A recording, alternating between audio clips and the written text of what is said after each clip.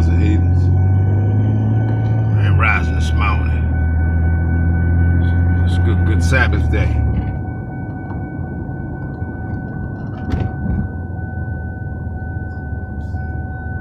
Good Sabbath day.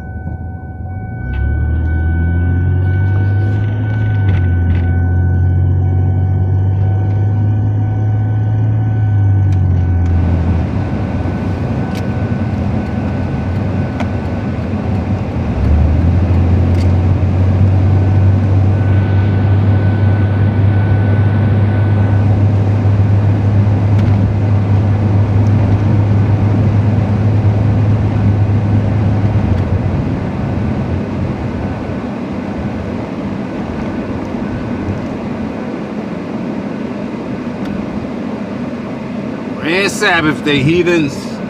It's Grand Sabbath, it's Grand Rising, Grand Noon, and Grand Evening. I see Pennsylvania trying to legalize recreational marijuana.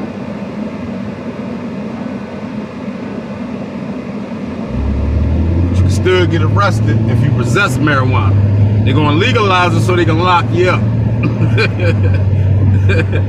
Because it's still a DUI. You know what I mean? If you in a car driving and you got recreational marijuana on you, it's still a crime, ladies and gentlemen.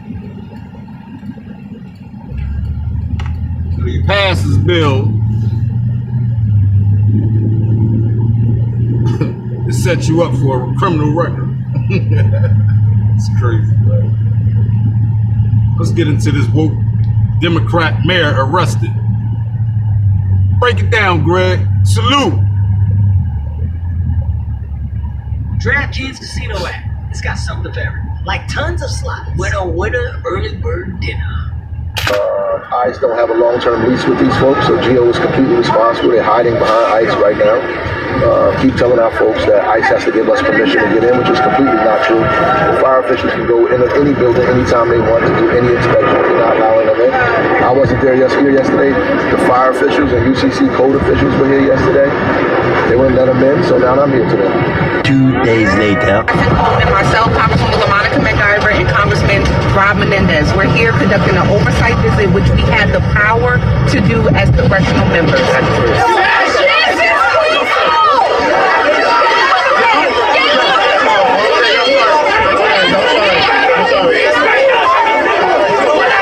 Put your hands on me.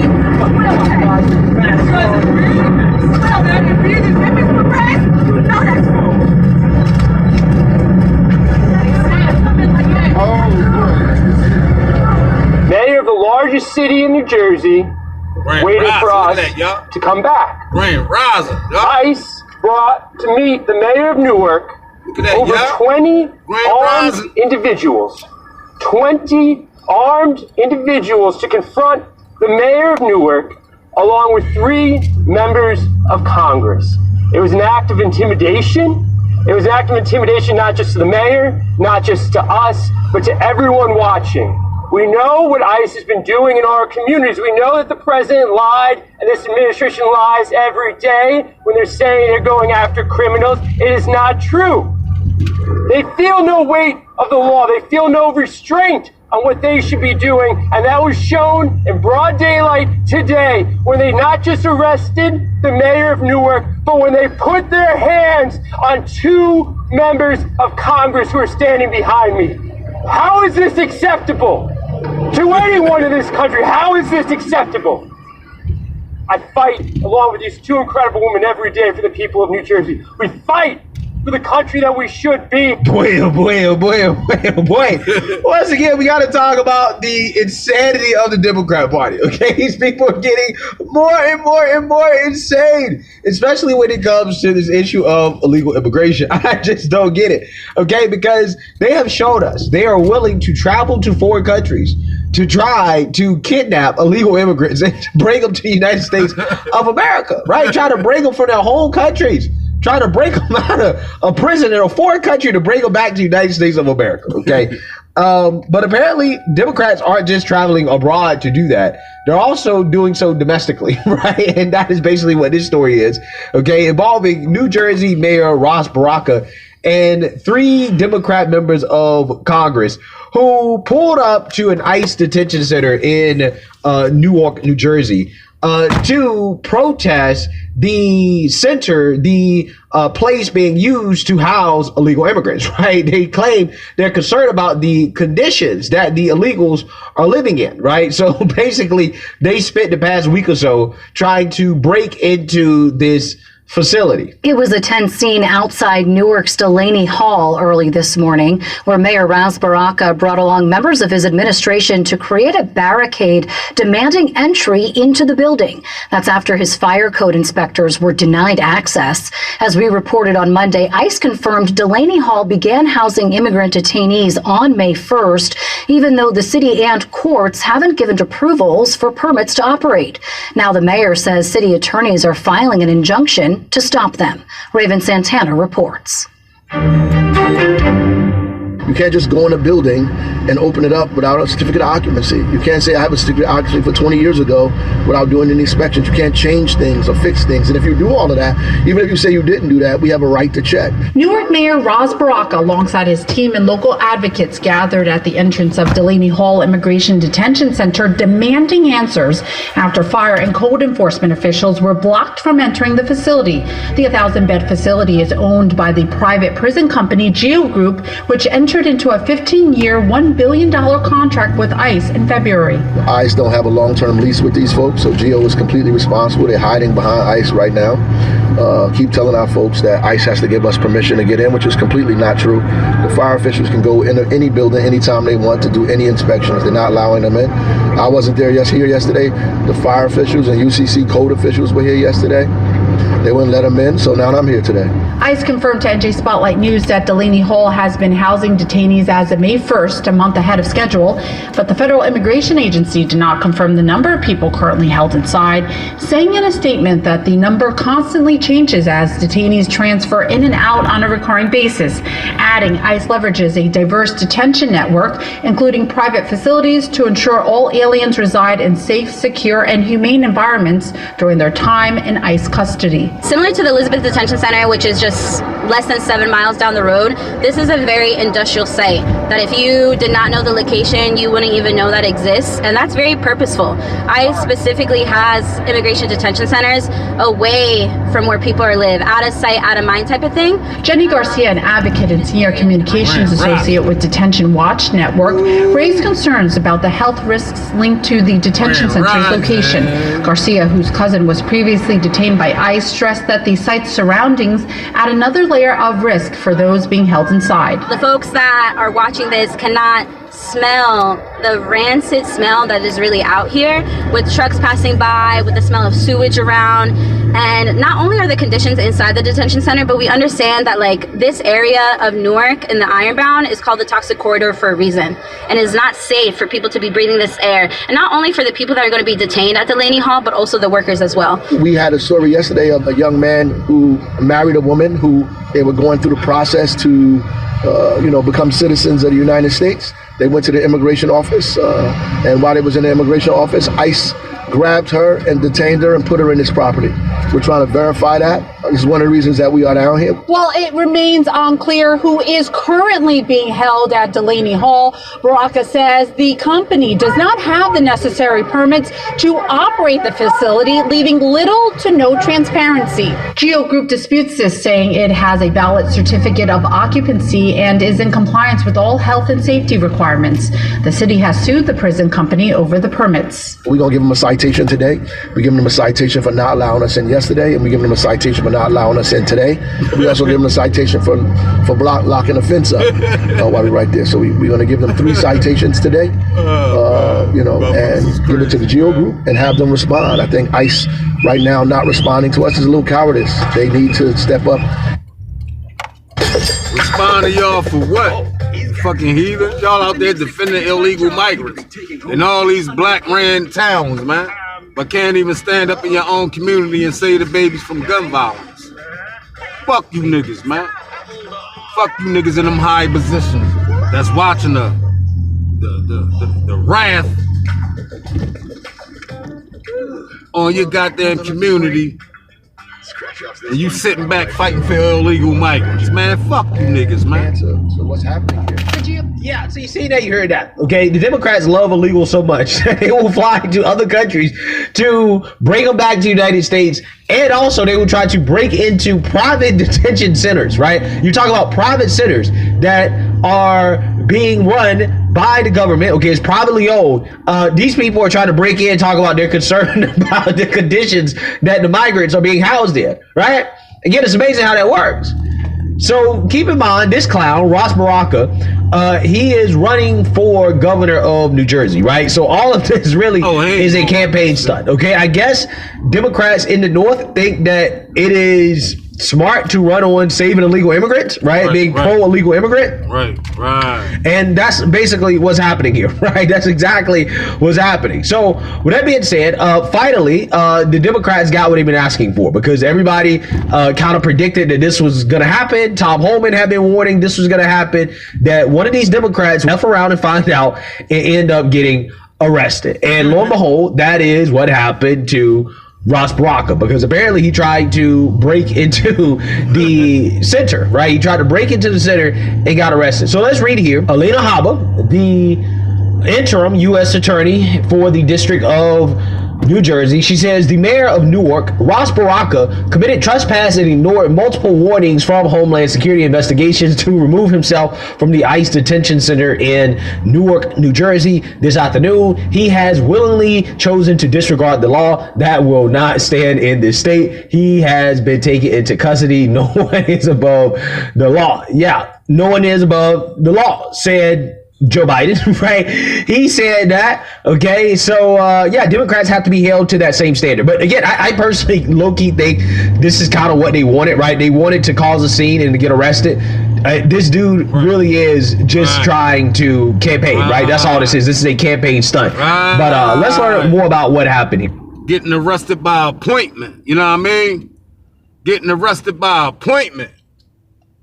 For real, this is what these niggas do. They go out there, honey, I'ma be arrested. I'll be home by noon. And these niggas is fake, man. This motherfucker went out there and was arrested by appointment to save illegal migrants.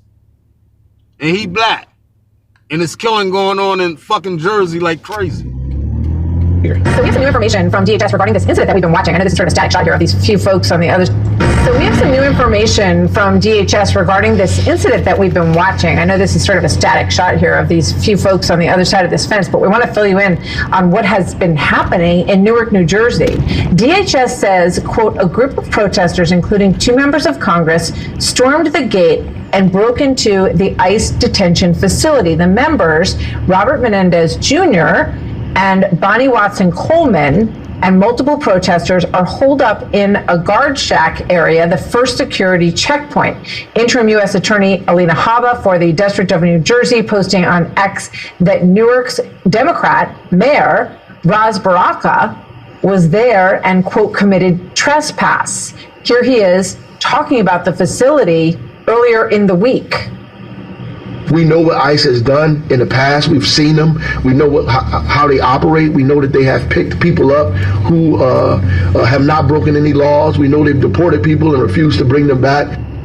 So joining me now by phone, Republican New Jersey Congressman Jeff Van Drew. Congressman, good to have you with us. What is your understanding of what happened here and what's going on? Well, I don't know that any of us totally understand what happened there. It's not understandable. It's people who are supposed to be writing the laws, abiding by the laws, believe in the rule of law, and they are breaking the law. And what's really disturbing that this happened in New Jersey, in the state that is a sanctuary state declared by the governor, where we've spent money on God knows what, on clothing, housing, feeding, transporting, and everything else with illegals. Now we don't want to send those illegals back to where they belong, that have been indicted or convicted at their country of origin or in the United States. We don't need that here in America, and we don't need it here in New Jersey.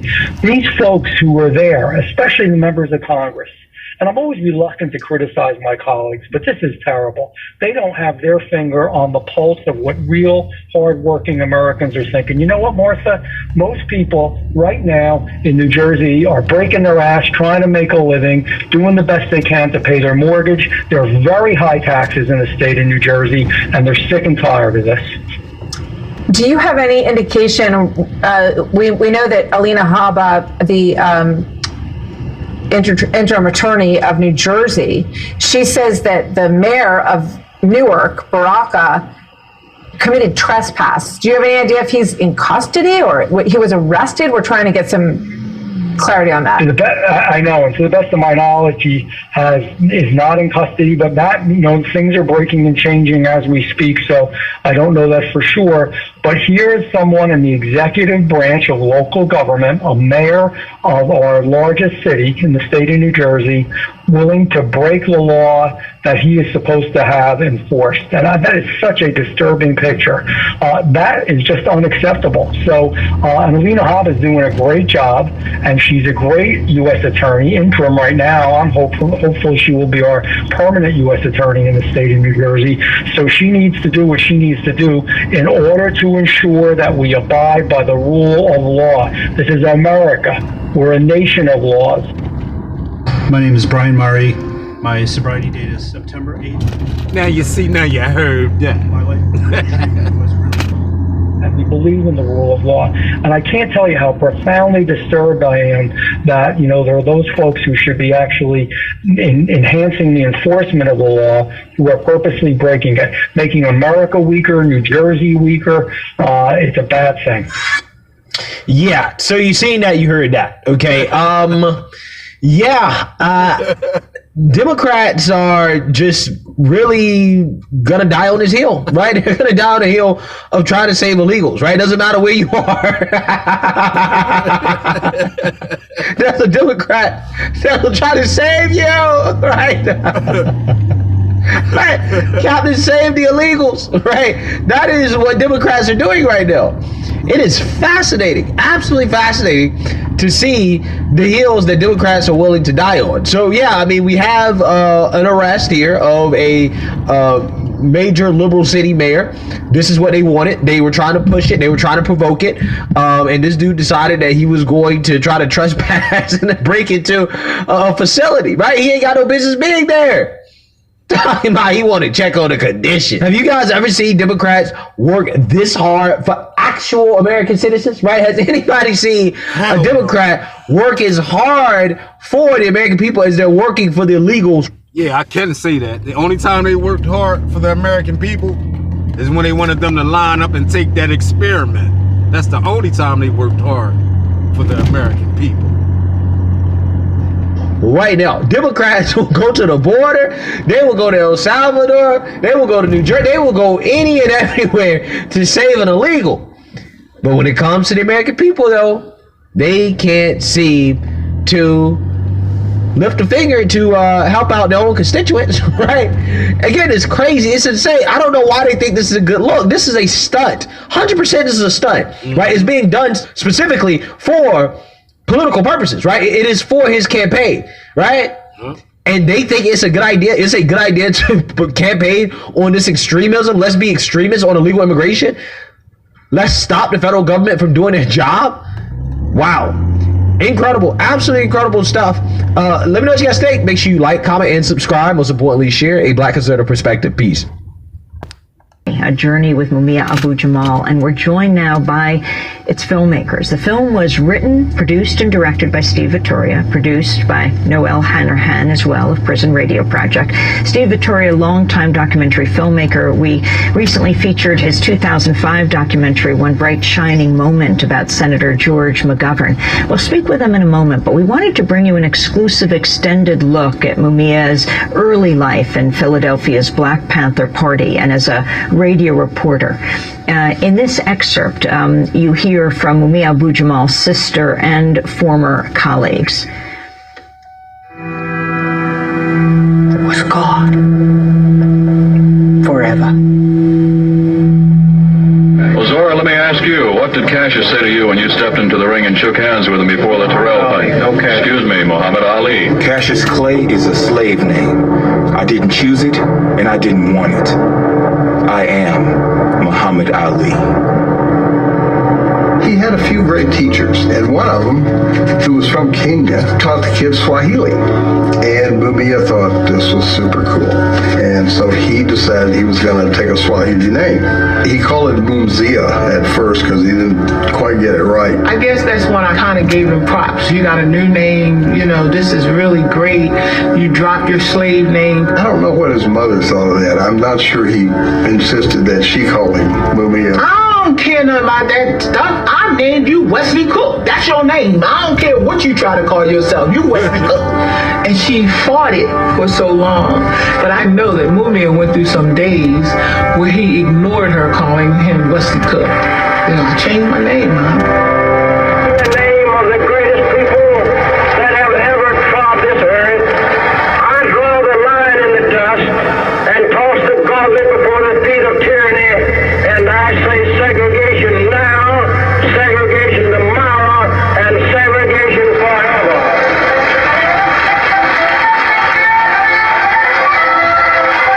George Wallace is running for president in '68.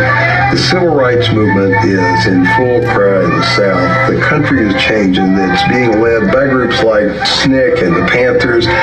Mumia wanted to be part of that. George Wallace was a candidate on the American Independent Party. Very, very right-wing, although he probably wouldn't be considered very right-wing in terms of America's political context today.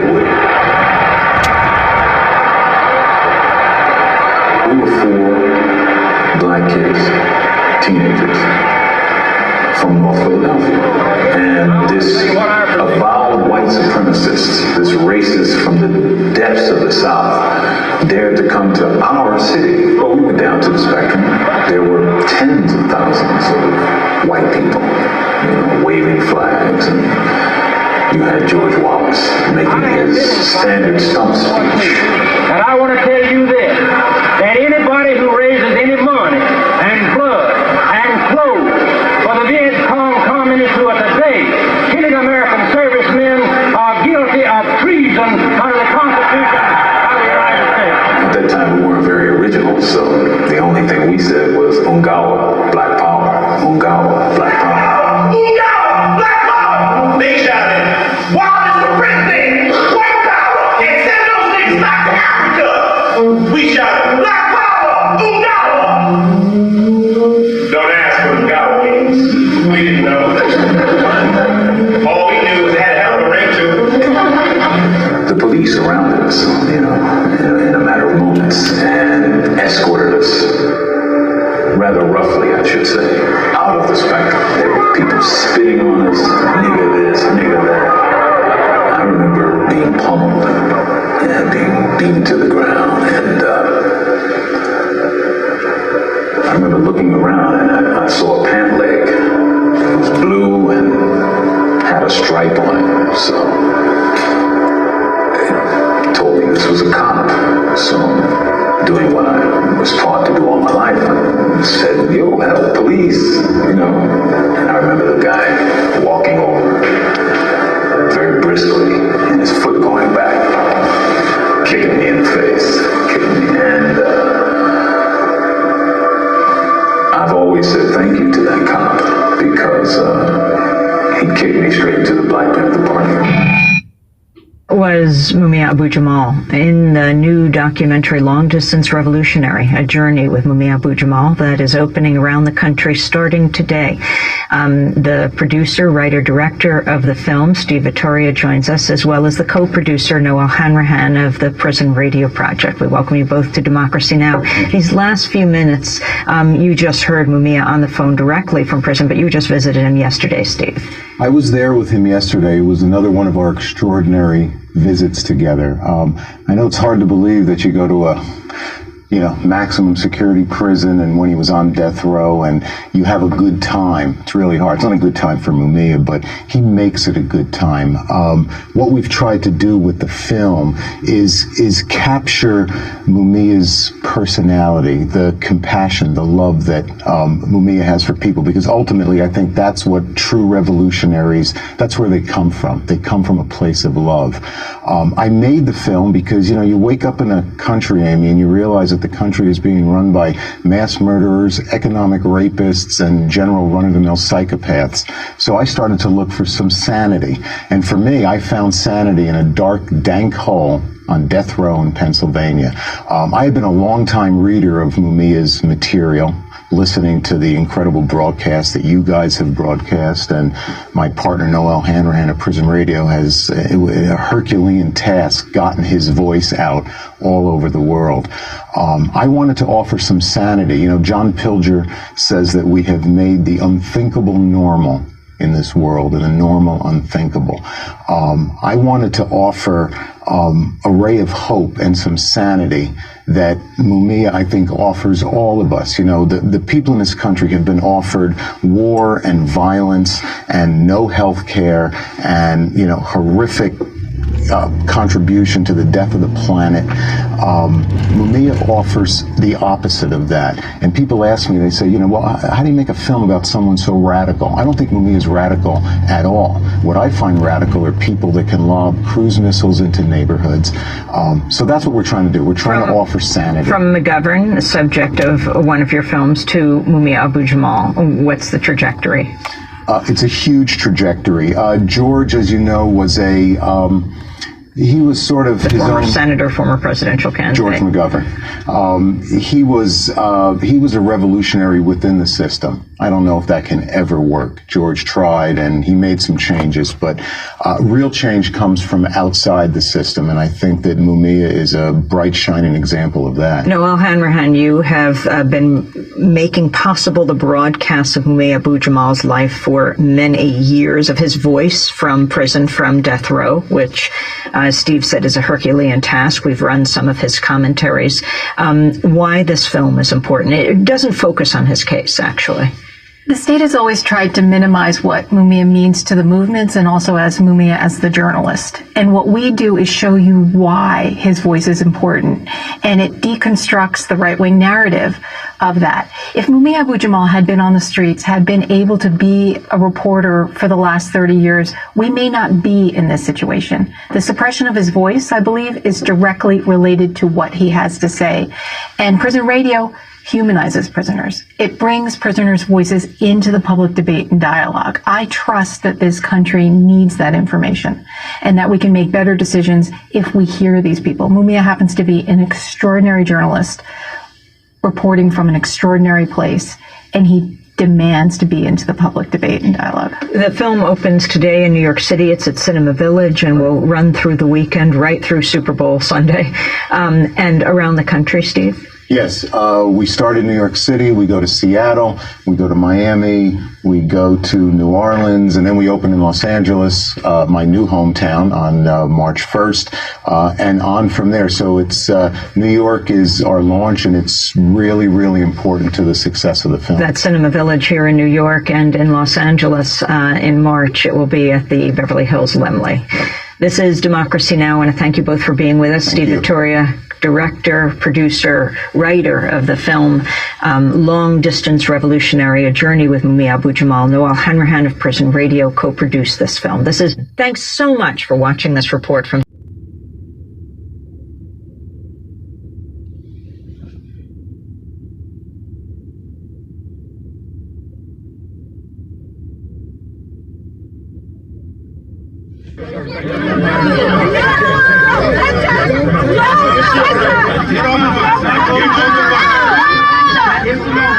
Get your hands off!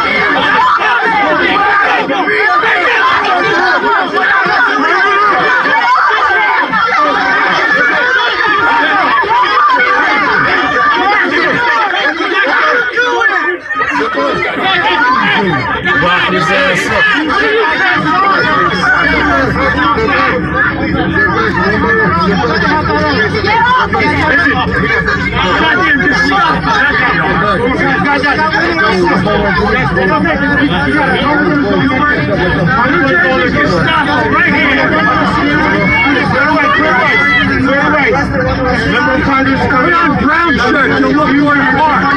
These are right there in Newark. These are. Lock that motherfucker up, y'all. Over there fighting for them illegal migrants. But like I said, Mumia Abu-Jamal still sitting down, ladies and gentlemen. Last I checked. Not unless they just freed him within the last hour. Are they protesting for that? Let's hear what this house nigga got to say, y'all. After being arrested. And the world watching this motherfucker. The world watching him. Let's hear what he got to say. Over the illegal migrants he went there to free. To break out of detention. Going on there on the ground outside of this DHS and ICE detention facility there in Newark. We may believe that the mayor of Newark has been released here. I think he is on the scene. Let's take this. This is a live picture right now. A lot of media. This is what we call a massive gaggle there. Let's raise the audio ever so slightly.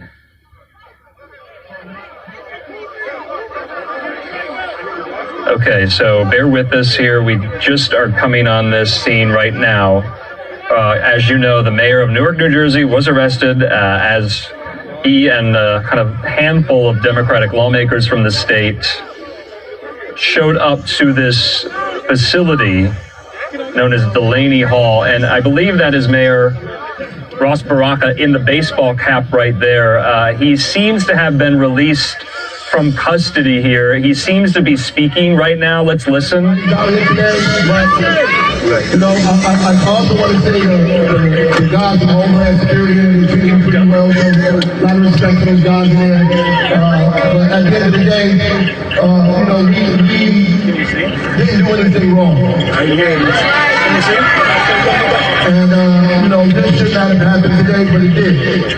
And that's an example of the work that we have to do. I just want to thank our Congress people for coming out and we did it. Congresswoman Bonnie Watson Coleman, Congressman Menendez, Congresswoman MacGyver for doing the work that they did there, trying to defend me in that place at the same time. God bless them. I don't want nobody else to get out, to get hurt or arrested out here while we out here. So I'm gonna ask us all when I leave to clear this place out completely. I want us to clear it out, clear the roads out, walk away from here, from this place. Do not stand out here, do not live out here. Everybody is out here for one reason. We want to make sure that I'm out, I'm going home. Arrested by appointment. That's crazy, y'all. Damn, let me see something. Hold on.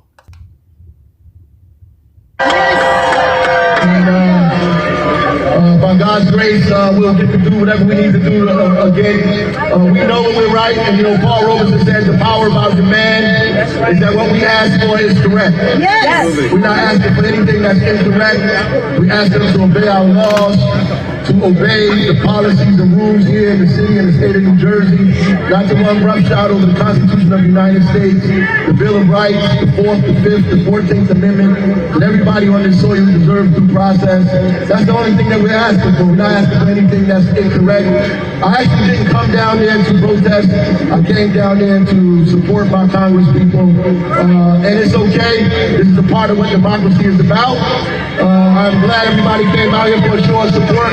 I love y'all. I thank you. Please go home to your families and be safe this evening. God bless you. I cannot be one that would criticize too hard the marches, the rallies, the battles in the courtrooms. We should use every means to free our political prisoners. It is by any means necessary that we work to free them. But I must say to you that Sister Assata Shakur was not freed by a benevolent judge who woke up one day and decided that he had a change of heart and he was going to let her go home. Sister Assata Shakur was not freed by a benevolent prosecutor or district attorney who woke up one day and decided he wanted to do the right thing. Sister Assata Shakur was not freed by a court process of the criminal justice system that decided they wanted to let her go back home to a little girl that she could be a mother to her baby. Sister Assata Shakur was freed because of a black liberation army that went in and took her from the white man and freed her from the jails of white America. Freedom is not given if you depend on the man who puts you in this condition to give you your freedom. Then you can never be free indeed. Because if he has the power to give you your freedom with one hand, he has the power to take it back with his other hand or with the same hand. There is no freedom that is granted by your enemy. Freedom is taken. Freedom is the will of the people who are oppressed. Freedom is bloodshed. Freedom is suffering. Freedom is sacrifice. Freedom is giving up your Mercedes-Benz if necessary, your Lexus, your Camry, your Rolls-Royce. Freedom is giving up your bus pass if necessary. Freedom is a process of struggle. Free Mumia. We demand that you free him. He say, you demand, nigga, that I free him? Well, what you gonna do, nigga, if I don't free him? You gonna march, nigga? You gonna picket, nigga? You gonna put out some flyers on me, right, nigga? You're gonna put up posters on me, right, nigga? You're gonna throw temper tantrums in the street. You demand that I free him. The white man does not respect such a demand. He only respects power. He only respects an eye for an eye, and a tooth for a tooth, and a limb for a limb, and a life for a life. That's all he respects. He has already calculated that we will be outraged. He has already calculated that we will be enraged. He has already calculated that we will march, we will picket, we will cry, we will throw temper tantrums on the radio and on the television, and we will have rallies all over the place. But he has not contemplated. He murdered Mumia Abu Jamal. He has not calculated that.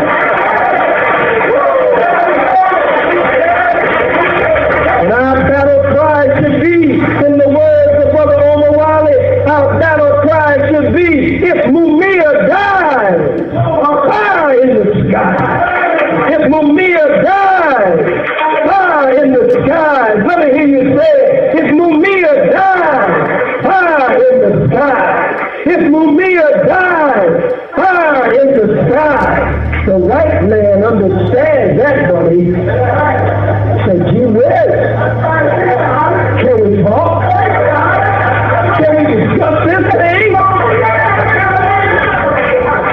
There must be something we can do. Can we work it out? You can't make the man. The most honorable Elijah Muhammad said, no man or no woman should speak ahead of their actual power to do. If you don't have the power to do, then you shouldn't have the mouth to say.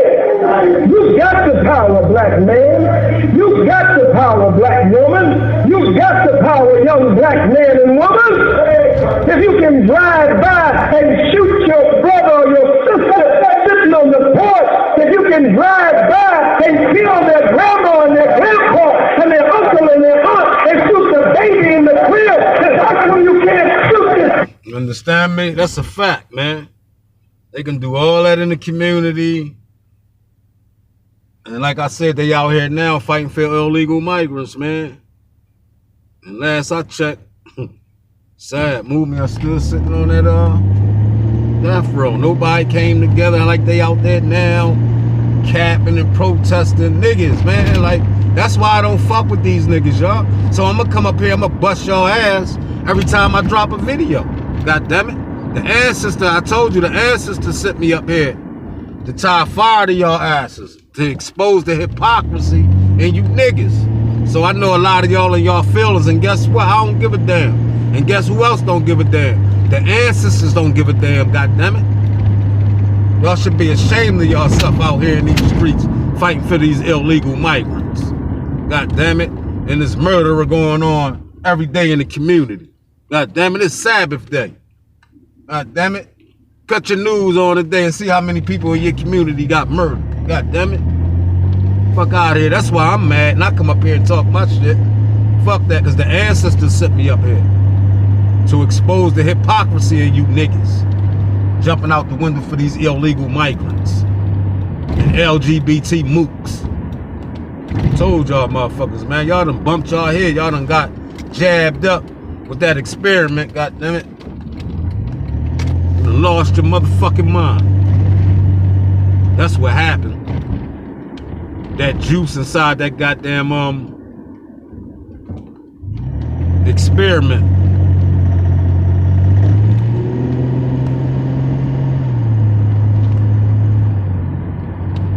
That's just what happened to most you niggas.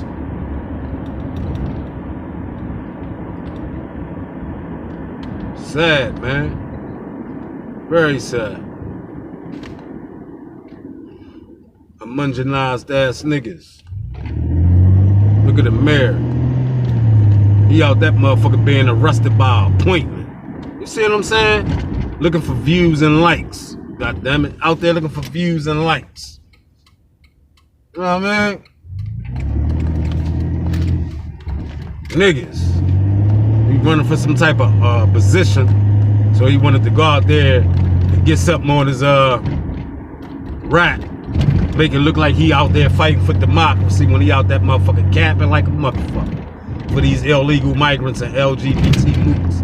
I told you, you Democrats will never win another election that you race these house niggas in. God, never win another goddamn election. God damn it. Get over yourself. Y'all motherfuckers done showed us who y'all are and what y'all about. Hell with y'all.